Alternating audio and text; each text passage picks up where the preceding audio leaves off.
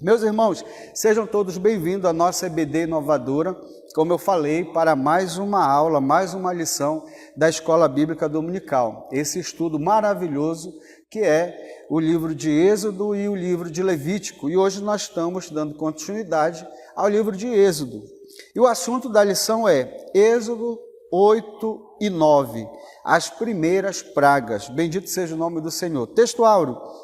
Disse mais o Senhor a Moisés: dize a Arão, estende a mão com teu bordão sobre os rios, sobre os canais e sobre as lagoas, e fazes subir rãs sobre a terra do Egito. Êxodo capítulo 8, o versículo de número 5. A leitura em classe encontra-se em Êxodo, no capítulo 8, versículo 1 ao versículo de número 15. Você pode estar lendo na sua casa, ao fazer aí a preparação da sua aula, o seu estudo, você vai estar fazendo essa leitura. Vamos lá para a nossa verdade prática, que diz assim: as pragas foram sinais e maravilhas que revelaram não apenas o poder de Deus, mas também o senhorio de Deus sobre o universo. Bom, meus irmãos, nós vamos entrar na nossa lição aqui, mas só recapitulando, né, o que nós vimos na lição anterior. Nós iniciamos o estudo das pragas, né? Nós vimos ali que foi estabelecido, ou nós observamos que está estabelecido aqui um confronto, não é? Entre o Deus de Israel e aquelas divindades pagãs ali do Egito. Nós vimos na aula anterior que havia aproximadamente ali mais de 80 divindades ali no Egito, onde as pessoas ali adoravam. E o próprio povo de Israel também, ao passar muito tempo ali, o contato com aquela cultura, também estava, né, já tendo também essa cultura, essa visão de vários deuses, né? E Israel, não podemos esquecer, foi a nação que Deus escolheu para ser monoteísta, adorar um único Deus, somente um Deus, bendito seja o nome do Senhor. Mas Israel também estava aqui meio que, né, já se curvando aos deuses do Egito, às divindades que haviam ali no Egito, e Deus então começa, através de Moisés, confrontar o faraó, né, levando a mensagem de Deus e o senhorio do Senhor sobre aquelas divindades, sobre os deuses do Egito. E nós vimos na aula anterior que Deus inicia ali, dá uma demonstração de poder através da vara, né, que Arão lança e se transforma em serpente. Os magos vêm, também transformam as serpentes, não é? E as suas varas em serpentes também. Porém, o poder de Deus é demonstrado ali, porque a vara de Arão, que se transforma numa serpente, ela acaba engolindo as varas, né, ou as serpentes que os magos haviam ali transformado. E aí nós vimos também que Deus, através de Arão, através de Moisés, ele transforma a água em vinho.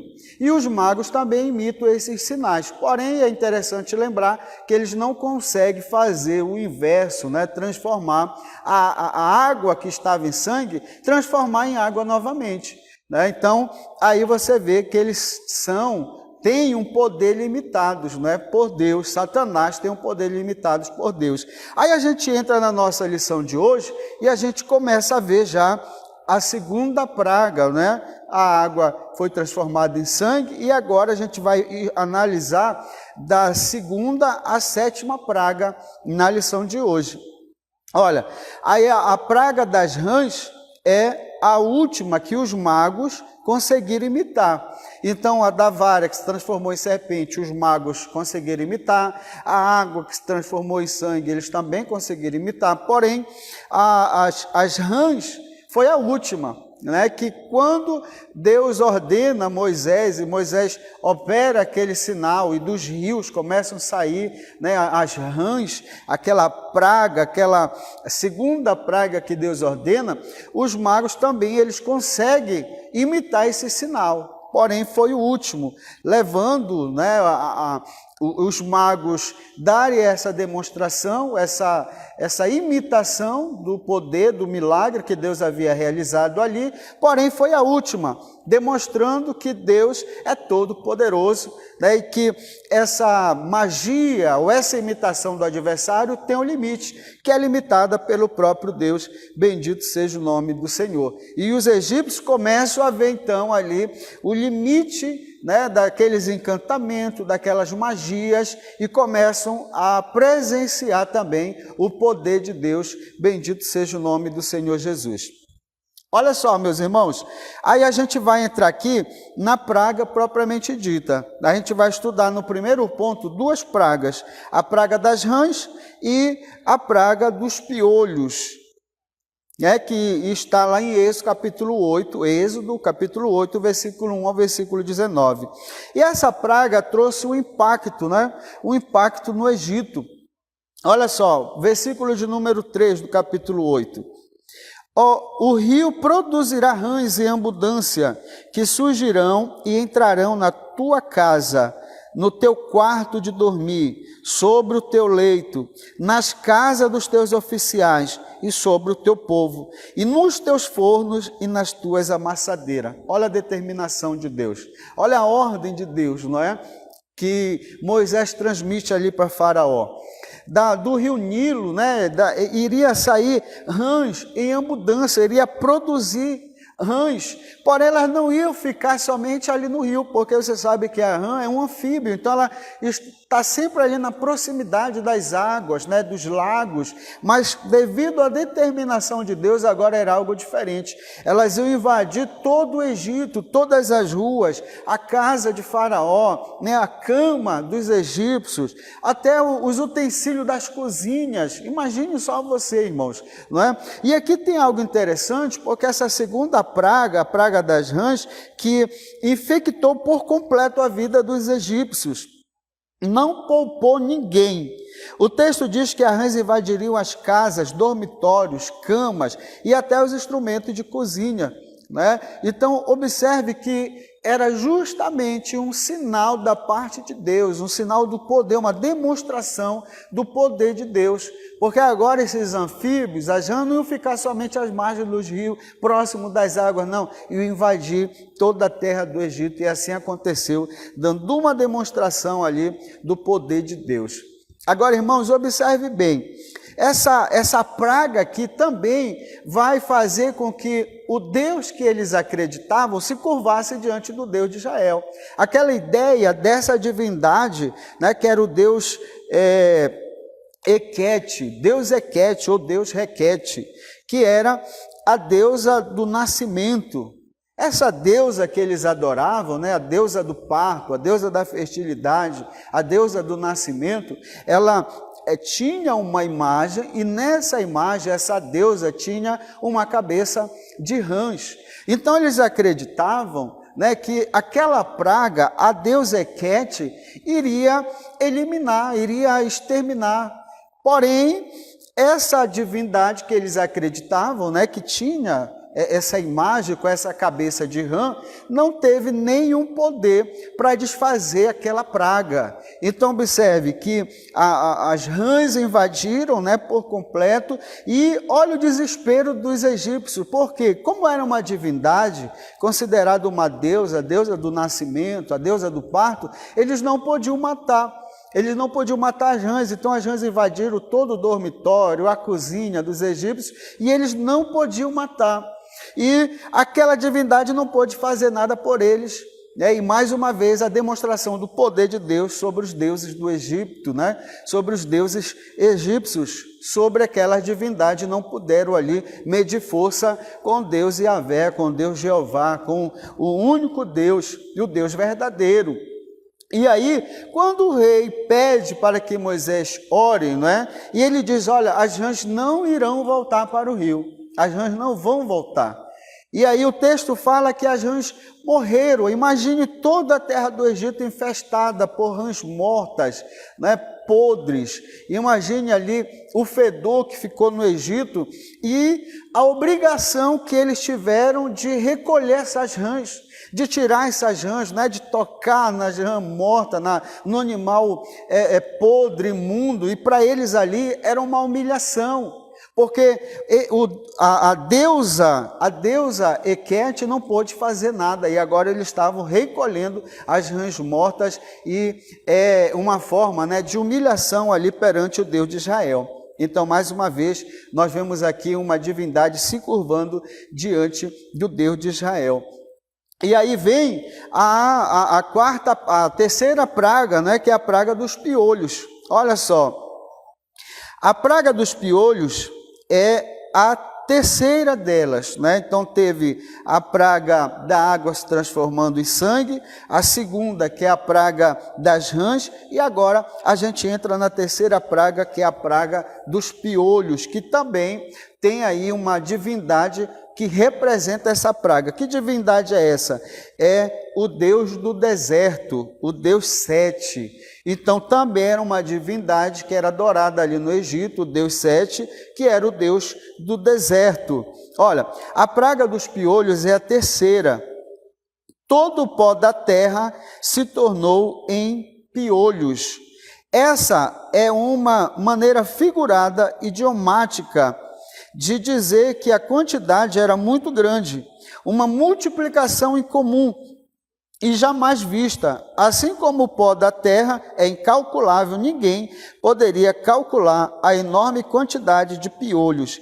Deus estava humilhando o Deus Sete, né? o Deus egípcio, o Deus do deserto. Então imagine aquele deserto, né, imenso. Um deserto aqui que para os egípcios, né, era uma forma de divindade, era um deus pela sua quantidade de terra, quantidade de areia, né? O deserto era adorado pelo povo egípcio. Mas agora Deus, ele, através de Moisés, dando mais uma demonstração de poder, essa terceira praga, ele se transforma, o pó da terra, a areia, o pó da terra se transforma em piolho e infesta ali, né, todos os egípcios, todos os animais são infestados ali por essa praga, essa terceira praga, trazendo então uma humilhação ao Deus Sete, né? Imagine você, os egípcios que tinham uma cultura, né, de limpeza, os sacerdotes se lavavam, quando iam adorar a divindade, se lavavam, raspavam os pelos do seu corpo, raspavam a sua cabeça, como uma demonstração ali de pureza, de limpeza, para poder chegar e adorar ao Deus Sete, né, ao Deus do deserto, a sua divindade. E agora os próprios sacerdotes estão cheios de piolhos, estão imundos, não podem, né, segundo a própria ideia deles, não podem nem mesmo estar adorando o seu Deus. Então, o que é isso, irmãos? É uma demonstração do poder de Deus, é uma demonstração do poder de Deus através da vida de Moisés, que estava determinado e buscar diante de Faraó, né, a libertação do povo. E cada vez que o coração de Faraó era endurecido, mais demonstração de poder Deus ia dando para que Faraó libertasse o povo de Israel, o povo de Deus. Tá bom? Então, nós vimos aí duas pragas, não é? Representado por duas divindades. O primeiro é a deusa Hequete, que era a deusa do nascimento, a deusa do parto, né, que tinha uma cabeça de rã, e o segundo, o Deus Sete, que era o Deus do deserto, né, que eles também foram humilhados por Deus. Aí o segundo item é a reação de Faraó diante dessas pragas. O capítulo 8, versículo 8 diz assim: chamou Faraó a Moisés e a Arão e disse: rogai ao Senhor que lhe tire as rãs de mim e do meu povo, então deixarei ir o povo para que ofereça sacrifícios ao Senhor. Né? O Faraó, vendo aquela situação, né, não tinha nenhuma maneira deles viverem ali, as rãs, né, infestando tudo, as pragas que Deus mandou, então ele faz esse pedido. Ele admite claramente, né, que as rãs foram enviadas pelo Senhor. Ele admite que elas foram enviadas a comando de Moisés e também morreram após a palavra que Moisés deu. Então não fica dúvida aqui né? Não deixa nenhuma dúvida. Faraó reconhece, né? Estava convencido que foi Deus, foi através da ação de Deus, do poder de Deus, né? Tanto que elas surgiram, quanto que elas também se retiraram, né? Elas foram mortas. Deus mostra a falsidade dos deuses egípcios. Então Deus está demonstrando aqui que aquelas divindades são falsas, não têm nenhum poder, não têm nenhuma ação, não podem fazer nada, né? Então Deus mostra isso. Fica demonstrado aqui na atitude de Faraó que as pessoas também agem dessa forma, não é? Em momentos difíceis, o que acontece? O povo ora, pede a misericórdia de Deus, pede a graça de Deus, aí Deus socorre, Deus abençoa pela sua graça, pela sua misericórdia, e aí quando a pessoa é abençoada, as pessoas se esquecem daquilo que falaram para Deus, como aconteceu com Faraó. Ele disse, olha, ora para Deus, para que ele retire. Ele reconheceu que realmente veio de Deus. Então Moisés ora, não é? E as rãs morrem e tudo volta ali normal no Egito. Então Faraó mais uma vez endurece o seu coração e não libera o povo, não deixa o povo sair como Deus estava ordenando, determinando. Assim mesmo são as pessoas, assim mesmo somos nós. Quando estamos ali em perigo, quando estamos precisando de Deus, nós oramos, nós clamamos, Deus atende e depois nós acabamos esquecendo e o coração endurecido, e nós precisamos ter muito cuidado para não ter essa mesma atitude que teve Faraó, porque cada vez mais que o seu coração era endurecido, mais praga vinham sobre ele, mais Deus dava uma demonstração de poder para ver se ele realmente reconhecia e tomava uma atitude perante Deus. Aí a gente passa para o terceiro ponto da nossa lição, que é o dedo de Deus, que encontra-se em Êxodo, no capítulo 8, versículo 19, que diz assim, olha, então disseram os magos a Faraó, isso é o dedo de Deus, porém o coração de Faraó se endureceu e não os ouviu, como o Senhor tinha dito. Então, irmãos, olha só aqui, os magos que estavam resistentes, né, que estavam imitando o poder de Deus, agora eles reconhecem, eles reconhecem e falam para Faraó, olha, isso daí é o dedo de Deus, não tem como nós resistirmos a esse Deus, mas mesmo assim, o coração de Faraó é endurecido e ele não ouve os magos e não libera o povo, e Deus continua falando, deixa o meu povo ir para que me adore, deixa o meu povo ir para que eles ofereçam sacrifício, e Faraó endurece o coração dele. Olha, os magos fracassaram, né, em repetir o sinal, eles não conseguiram mais imitar aquilo que Deus estava fazendo, imitar o poder que Deus estava demonstrando, dando uma demonstração de poder para os egípcios, para Faraó, que era considerado um Deus, e para o povo de Israel também, né? Os magos não conseguem mais, e a partir desse momento, Deus impede que o poder satânico que agia através dele se manifestasse. Olha só, irmãos, né? Que maravilha nós entendermos, sabermos e compreendermos e crermos também que o poder de Satanás é limitado. Você lembra no caso de Jó, né, quando Jó vai, Satanás vai contra a vida de Jó, e ele só pode fazer porque Deus havia dado permissão. Então o poder de Satanás é limitado.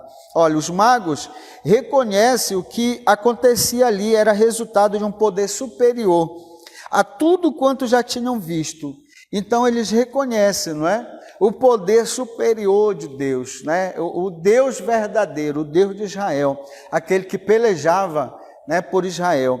Mesmo assim, o Faraó endurece o seu coração e recusa se submeter a Deus. Olha aí, coração de Faraó, coração mau, coração endurecido, que mesmo diante dos sinais, diante das pragas, da demonstração de poder de Deus, ele se recusa a deixar o povo de Israel partir.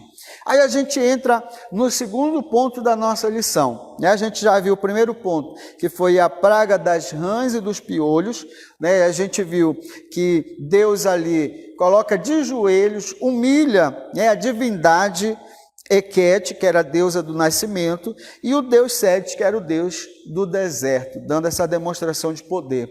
Aí a gente vê que Faraó, mesmo assim, endurece o coração, e aí Deus ordena mais 2 pragas que nós vamos analisar agora, que é a praga das moscas e peste nos animais. Olha só, o primeiro item desse ponto é: não atinge Israel. Capítulo 8, verso 23. Diz assim: farei distinção entre o meu povo e o teu povo. Amanhã se dará este sinal. Olha aí Deus falando, né? Deste momento para frente, o cuidado providencial de Deus pouparia Israel das últimas 7 pragas. Isso não significa que o povo de Deus nunca sofra os problemas e tribulações comuns às demais pessoas, né, à nossa volta. Mas prova, sim, que Deus, de modo soberano, quando quer e por razões que somente Ele sabe, livra o seu povo. Então, tem algumas lições aqui importantes para nós. Primeiro, é que o texto deixa entender, não é muito claro aqui, que talvez as outras pragas, né, tenham afetado o povo de Israel, né? Não deixa muito bem claro, mas nós podemos fazer até uma análise dessa forma. Talvez tenha até atingido o povo de Israel. E quem sabe, né, um pensamento meu, Faraó não tenha dito: olha, mas as pragas, né, tá afetando todo mundo. Quem sabe ele achando que fosse algo ainda ali natural, não é? Talvez. E aí, só que nesse ponto aqui, nesse capítulo, nesse versículo 23, a mensagem de Deus, né, para Faraó era o seguinte: olha, é assim que tu está pensando? Isso é um pensamento meu, irmãos. Então, a partir de agora, eu vou fazer distinção entre o teu povo e o meu povo.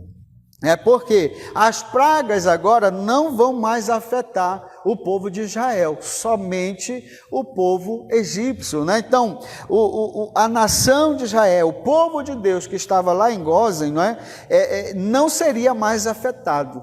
Então, dessa praga das moscas, das mortes dos animais, Deus estava fazendo distinção e falando para Faraó: olha, o meu povo não será atingido com essas pragas. Então, essa é a primeira coisa que nós podemos aqui fazer uma análise, né? Dar uma analisada nesse texto. E a segunda, irmãos, é que Deus, ele pode livrar o seu povo.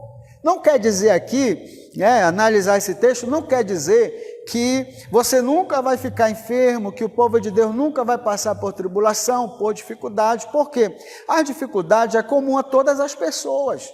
Todo ser humano sofre, todo ser humano padece, todo ser humano fica doente. Então, essas circunstâncias são inerentes a todas as pessoas.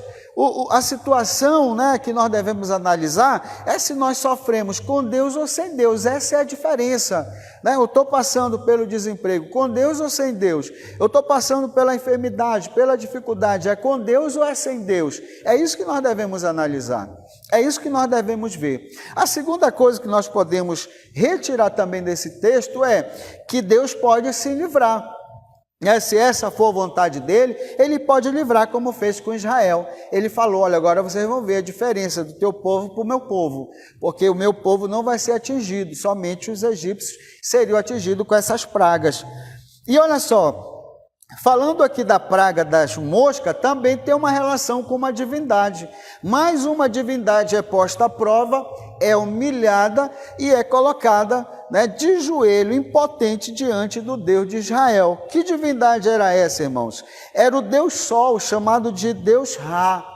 Então, olha só, o Deus Ra era o Deus Sol, né? E as pessoas acreditavam que esse Deus, ele tinha o controle, não é, dos animais. Por exemplo, Deus, o Ashite, eu acho que é o Ashite, era o Deus das moscas.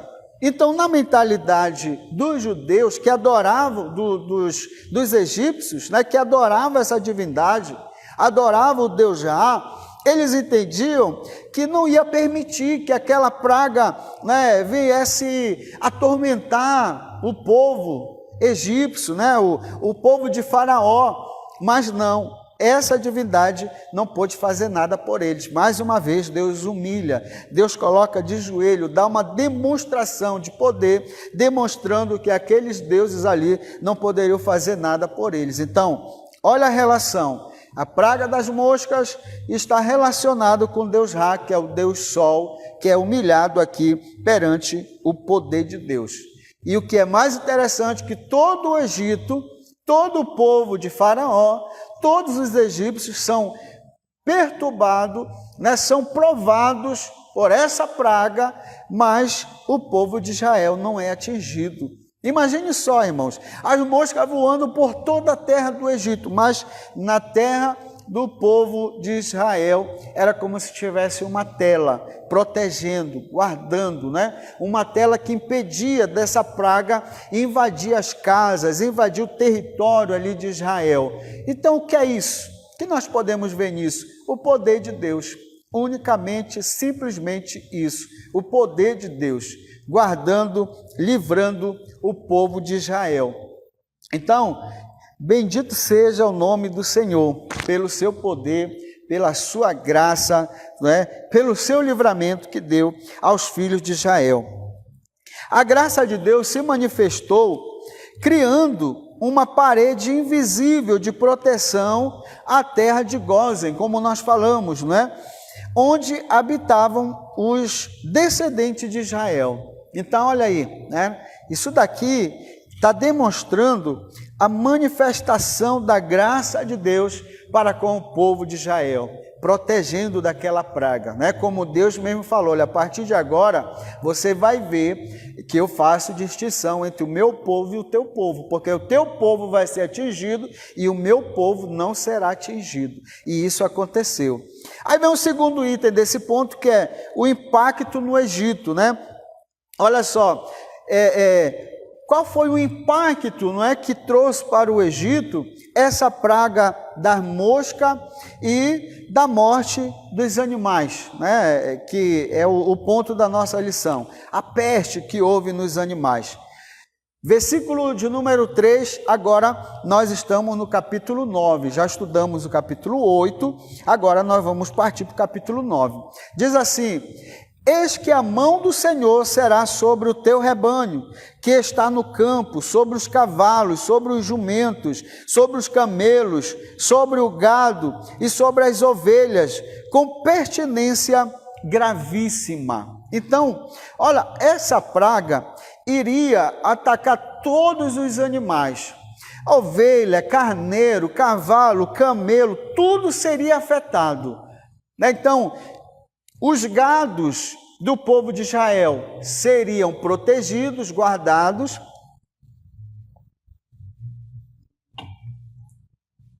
e o povo ali do Egito seria atormentado, seria provado com essa praga. Então, e a economia, né, lá do Egito, né, a economia, ela foi abalada, porque os animais de carga, os animais que serviam de transporte, que ajudavam na produção do alimento, imagine só, os bois que trabalhavam arando a terra para que pudesse se plantar. Então, os animais todos estavam envolvidos ali na economia. E a praga vindo sobre os animais, houve um impacto na economia, né? E não somente a questão do impacto, né? Não somente do ponto de vista econômico, que o povo do Egito foi atingido, que o povo de Faraó foi atingido. Não somente a questão, né, econômica, que já foi algo desastroso, mas também a do aspecto religioso, aonde as pessoas, né, o povo ali do Egito, adoravam vários animais, adoravam, né, cavalo, adoravam boi, adoravam vacas, adoravam carneiro, faziam sacrifício a essas divindades. Então, olha só o desastre que foi essa praga, né, no aspecto econômico e também no aspecto religioso, porque a crença do povo, a mentalidade deles que tinham nessa divindade, agora eles foram humilhados, foi um desastre para eles, Porque, olha, eles adoravam o Deus Ator ou Actor, que era uma deusa, uma divindade com cabeça de vaca. Eles adoravam também o Deus Touro, que era uma divindade, né? Apis, o nome dele, o Deus Touro. Então, imagine só, eles adoravam divindades com cabeça de vaca, com cabeça de touro, deuses que eram carneiros, que eram adorados, e agora a praga vem sobre o símbolo dessas divindades, que era o boi, que era a vaca, que era o carneiro. Para eles foi uma humilhação, porque eles estavam acompanhando praga a praga, e agora eles observam que nenhuma divindade do Egito fazia alguma coisa para mudar a realidade deles. Irmãos, o que está acontecendo aqui? Eles estão passando, né, a ver a ineficácia, a inutilidade dos seus deuses e observando o poder de Deus, o poder do Deus de Israel. Então, eles começam ali, não, todas as nossas divindades, que nós adoramos, que nós temos no Egito, são mais fortes, são mais poderosas, são mais de 80 divindades no Egito. É o sol, é a água, é a deusa da fertilidade, é o Deus touro, é a deusa vaca, é o Deus carneiro. Então, eram mais de 80, mas nenhuma delas está podendo fazer alguma coisa aqui para mudar aquela realidade. Então, observe que está havendo ali uma mudança na mentalidade daquele povo, porque mais de 80 divindades, o povo de Israel é um único Deus, e mais, sem face, não é algo que se possa ver, não é algo que se possa pegar, mas essas mais de 80 divindades estão sendo colocadas de joelho diante do Deus de Israel, diante do povo de Israel, diante de Moisés e Arão, né? Deus está dando essa demonstração de poder para esse povo. Observe o que está acontecendo aqui em cada praga. É um confronto entre o Deus de Israel e todas essas divindades e todo o povo egípcio e o próprio faraó, que era considerado, né, como o Deus Sol, como o Deus soberano, né? O Deus encarnado. Então, tudo isso está acontecendo aqui. Deus prevalecendo, o povo de Israel prevalecendo sobre os deuses do Egito. Amém? Glória a Deus. Bendito seja o nome do Senhor. Aí a gente vem aqui para o terceiro item da nossa lição, desse segundo ponto, que é: não saiam para longe. Está lá no capítulo 8, verso 25, que diz assim: chamou Faraó a Moisés e a Arão e disse: ide, oferecei sacrifício ao vosso Deus nesta terra. Irmãos, nós começamos a ver aqui que Faraó, ele começa a querer aqui negociar, né? Ele está vendo que a situação não está muito boa para ele, né? Olha, eu já perdi uma, perdi outra, já foram 3, 4 pragas, 5 pragas, então ele começa aqui tentar pelo menos ali fazer uma negociata, e é o que ele tenta. Então, olha, primeiro, ele pede a Moisés para que o povo sacrificasse ali mesmo no Egito. Não, olha, você pode sacrificar, né? Mas não precisa ir longe. Aqui mesmo, escolhe um local, escolhe uma terra, e aí vocês oferecem sacrifício ao Deus de vocês. Não é isso que você está querendo? Começa a negociata, né? E começa a dizer que não precisa sair do Egito, né? Que adore Deus ali mesmo, que sirva a Deus, mas que seja um dos nossos, né? Sirva a Deus, mas seja um dos nossos. Olha, você pode incluir uma das nossas divindades, né? Então ele está tentando ali, né, convencer Moisés a fazer diferente daquilo que Deus havia determinado. E aí você lembra, né, de alguma coisa? É o que nós vivemos hoje, irmãos. Deus, ele quer que você adore a Ele, sirva a Deus, mas Ele quer um povo santo, um povo separado, um povo escolhido. Não dá para servir a Deus no Egito, não dá para servir a Deus no mundo. Era isso que Faraó queria. Não, sirva a Deus aqui mesmo. O mundo às vezes lança a sua proposta. Não, olha, não precisa ir para a igreja, fica aqui mesmo. Não, faz isso, faz aquilo, aí acaba tentando ali colocar a prostituição, o pecado, os velhos hábitos, a velha natureza, né? Mas Deus não quer assim, Deus quer diferente. Tem que sair do Egito, tem que sair do mundo para servir a Deus. Satanás, irmãos, ele odeia os cristãos comprometidos. Ele odeia aquele crente que realmente serve a Deus, né? Com santidade, com renúncia, com fidelidade. Ele deseja um cristianismo mundanizado, sem sabor e sem brilho. Então essa foi a proposta de Faraó e é a proposta do mundo para você, do mundo para nós. Então é muito importante você pegar o seu aluno da escola bíblica e trazer ele para essa conversa, trazer ele para contextualizar essa lição, dizer, olha, Faraó está aí, o mundo está aí, Satanás é o Faraó, está tentando negociar, para você não sair do mundo, para continuar lá no mundo mesmo, servindo a Deus. Você pode cantar um louvor, mas também cantar uma música mundana, você pode servir a Deus, mas pode beber uma cerveja, fumar um cigarro, você pode se prostituir e pode servir a Deus. Deus só quer o coração. Não aceite. Deus quer um crente comprometido, um crente santo, separado, temperado com sal da graça para servir a Deus com fidelidade, com compromisso. Bendito seja o nome do Senhor. Moisés não aceita nada disso. Moisés não aceita a oferta, né? E diz, olha, deixa o meu povo ir.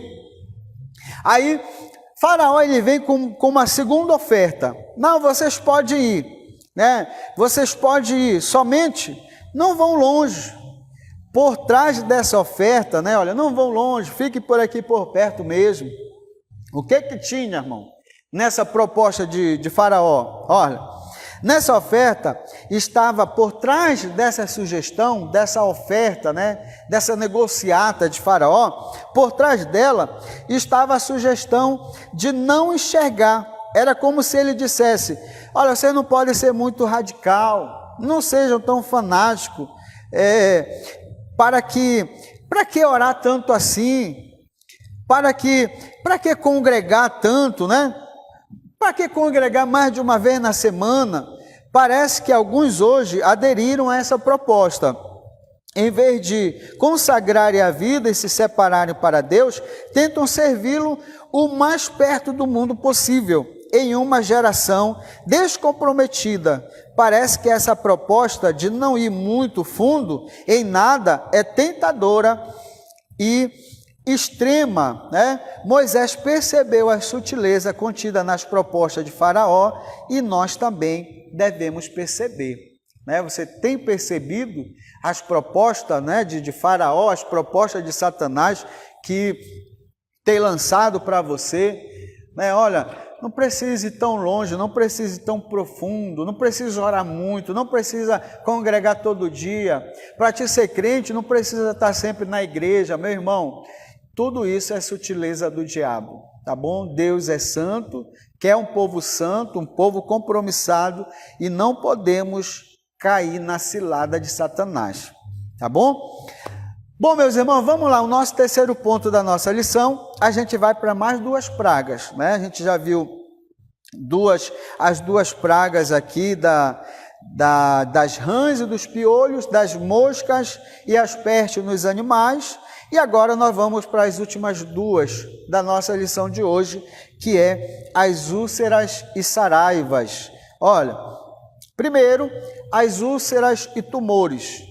Está lá no capítulo 9, versículo 11, que diz assim: de maneira que os magos não podiam permanecer diante de Moisés por causa dos tumores, porque havia tumores nos magos e em todos os egípcios.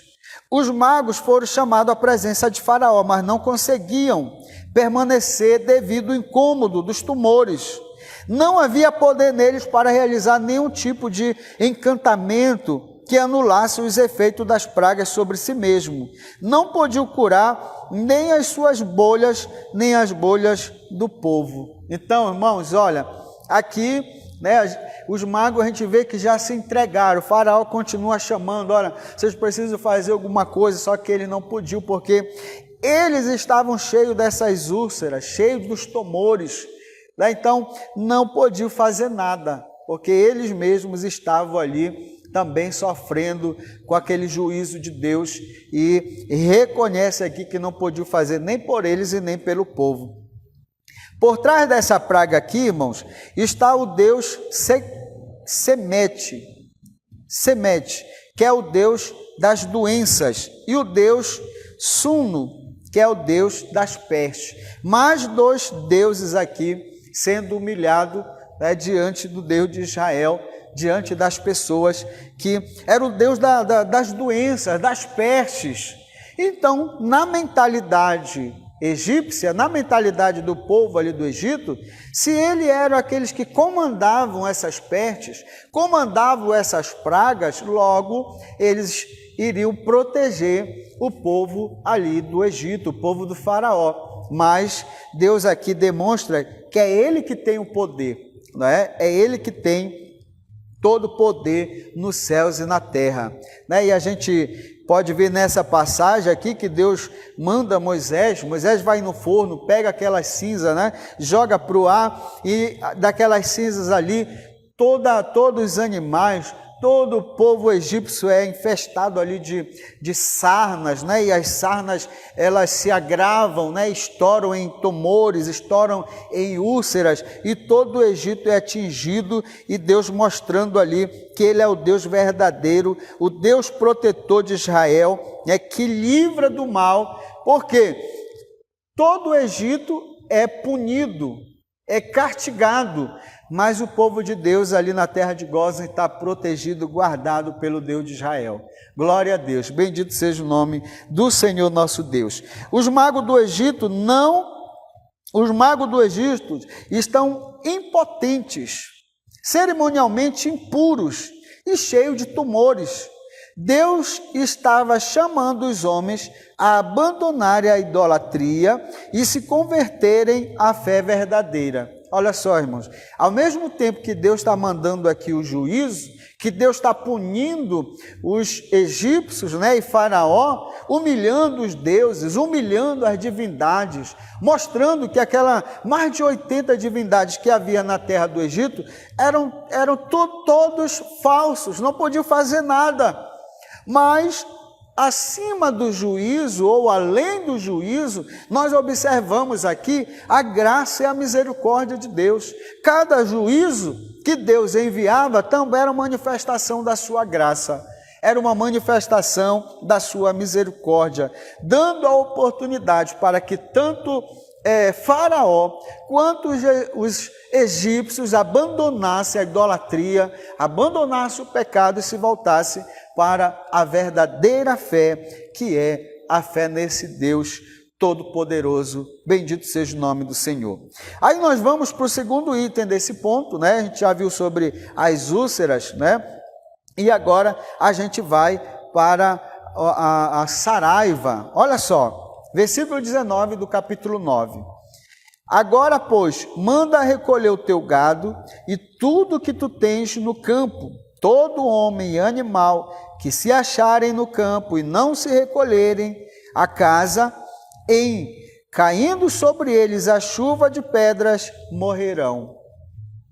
Faraó, seu coração obstinado, coração duro, não querendo, né, reconhecer a Deus, não querendo se humilhar diante de Deus, para que Deus tivesse ali misericórdia dele e do seu povo, ele endurece mais uma vez o seu coração, e Deus ali então manda chuva de pedras, né, saraiva, e aí é mais um juízo de Deus sobre o povo. E observe que cada vez mais está se agravando, está se tornando mais intenso o juízo de Deus sobre o Egito, né? Sobre Faraó e seu povo. Olha, há uma intensidade e amplitude nessa praga.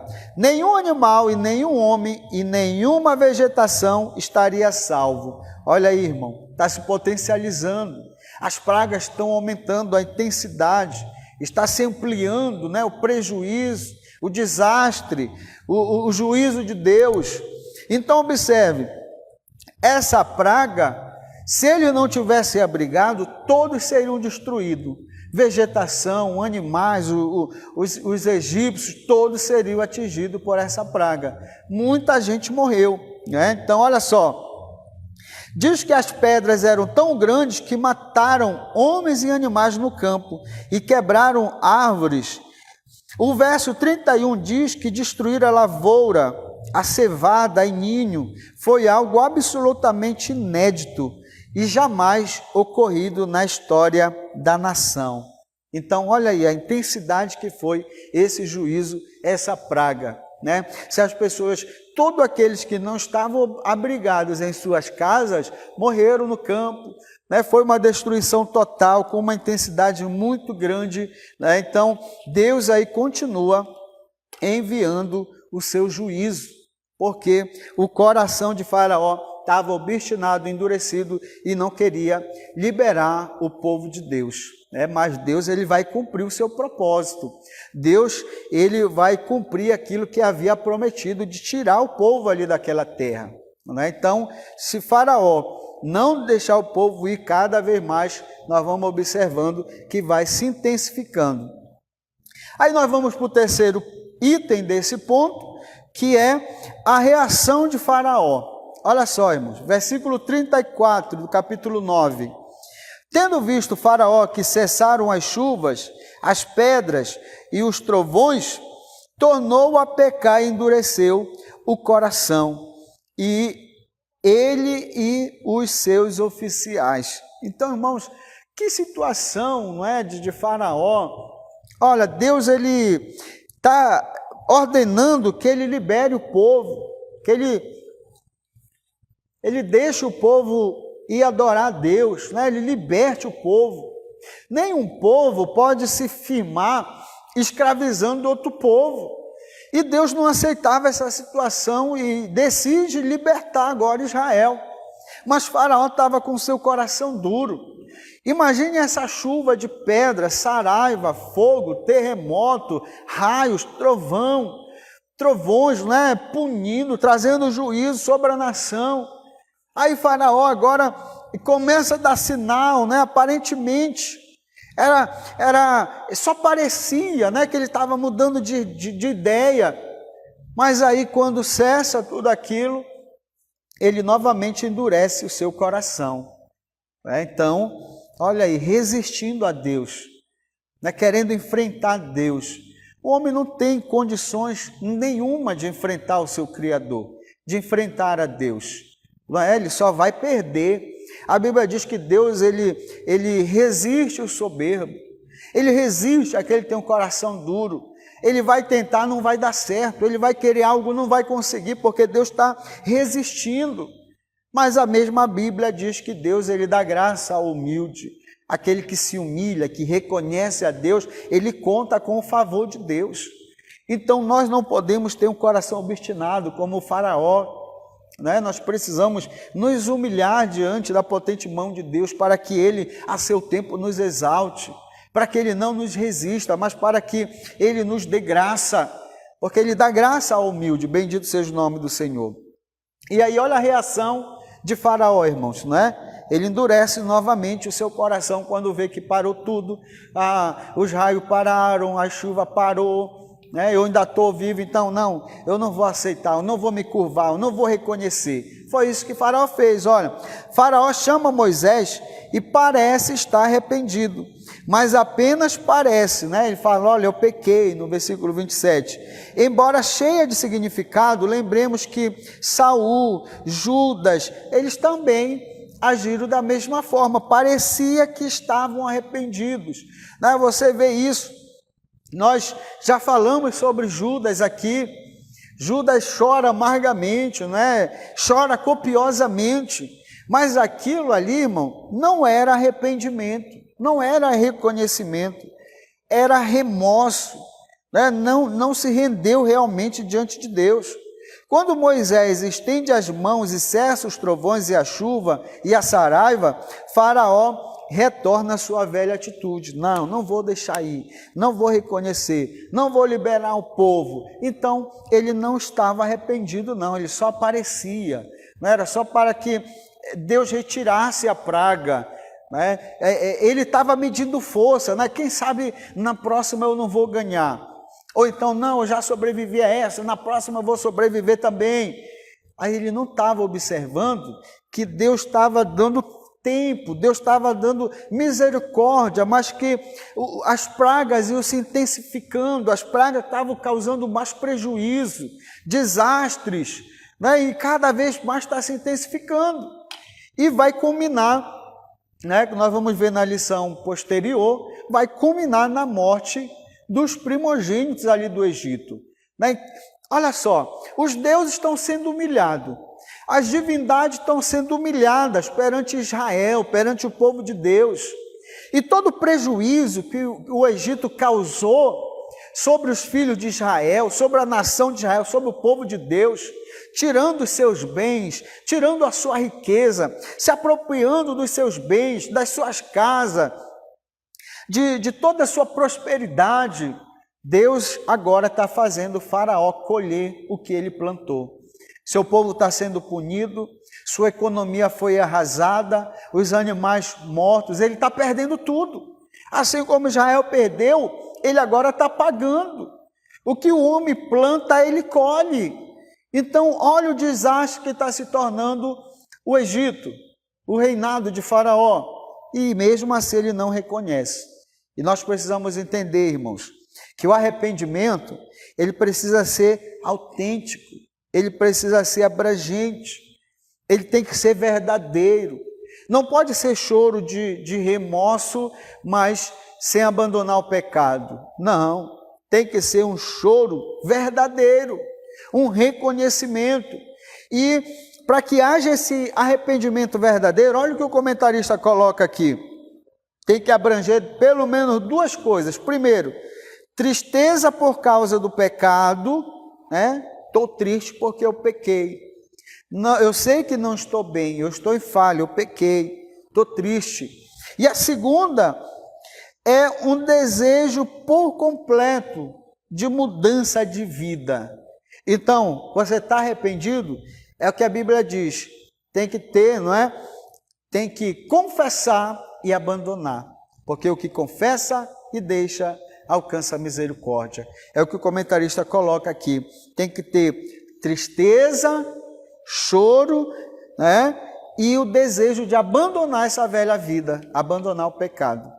É arrependimento, né? E abandono do pecado. A tristeza por ter pecado e uma mudança de atitude, abandonando o pecado. Bendito seja o nome do Senhor. Meus irmãos, essa foi a nossa lição de hoje, né, que nós estudamos esses 3 pontos, essas pragas que nós vimos aqui, né, as divindades do Egito sendo humilhado, né, e a reação de Faraó, mesmo diante de toda essa demonstração de poder, graça e misericórdia, através dos juízos e da misericórdia e oportunidade que Deus está dando, mesmo assim, Faraó não rende o seu coração e continua a querer medir força com Deus, e não deixa o povo ir, não obedece à palavra de Deus.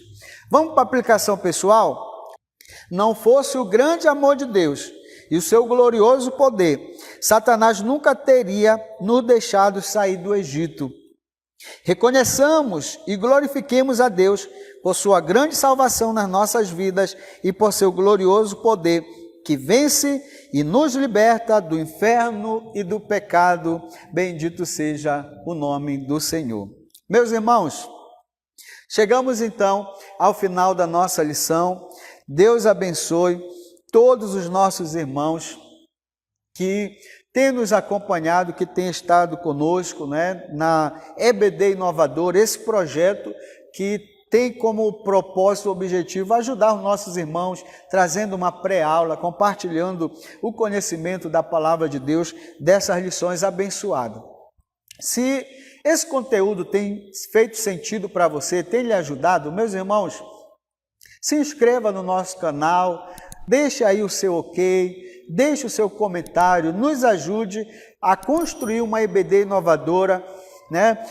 Ajudando o nosso canal crescer e está alcançando mais professores, mais alunos da Escola Bíblica Dominical, divulgando o trabalho da EBD, da Escola Bíblica, né? Uma escola abençoada, onde se ensina a palavra de Deus. Então, nos ajude, tá bom? É só você procurar na internet EBD Inovadora, você vai achar o nosso canal e você se inscreve lá e vai estar nos ajudando a ampliar esse trabalho e alcançar e abençoar mais vidas, tá bom?